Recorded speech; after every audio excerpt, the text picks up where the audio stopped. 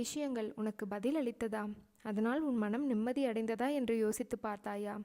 என்றைக்கும் ஒன்றை புரிந்து கொள். உன் சுழற்சியான எண்ணங்கள் தான் உன் நிம்மதி தொலைவதற்கான எதிரி. எதற்கும் அஞ்சாதே. மனதளவில் நொறுங்கி போய் உள்ளாய் என்பதை நான் உன் சாய்தேவா அறிவேன். நிச்சயம் உனக்கான காலம் விடியும். ஆனால் நீ எதற்கும் பயப்படாதே, கலங்காதே. உன்னில் நிச்சயம் வெற்றி என்ற தீபத்தை நான் ஏற்றுவேன். நீ உன்னில் பார்க்கும் அனைத்துமாய் அகிலத்தின் ரூபமாய் உனக்கு நான் இருப்பேன்.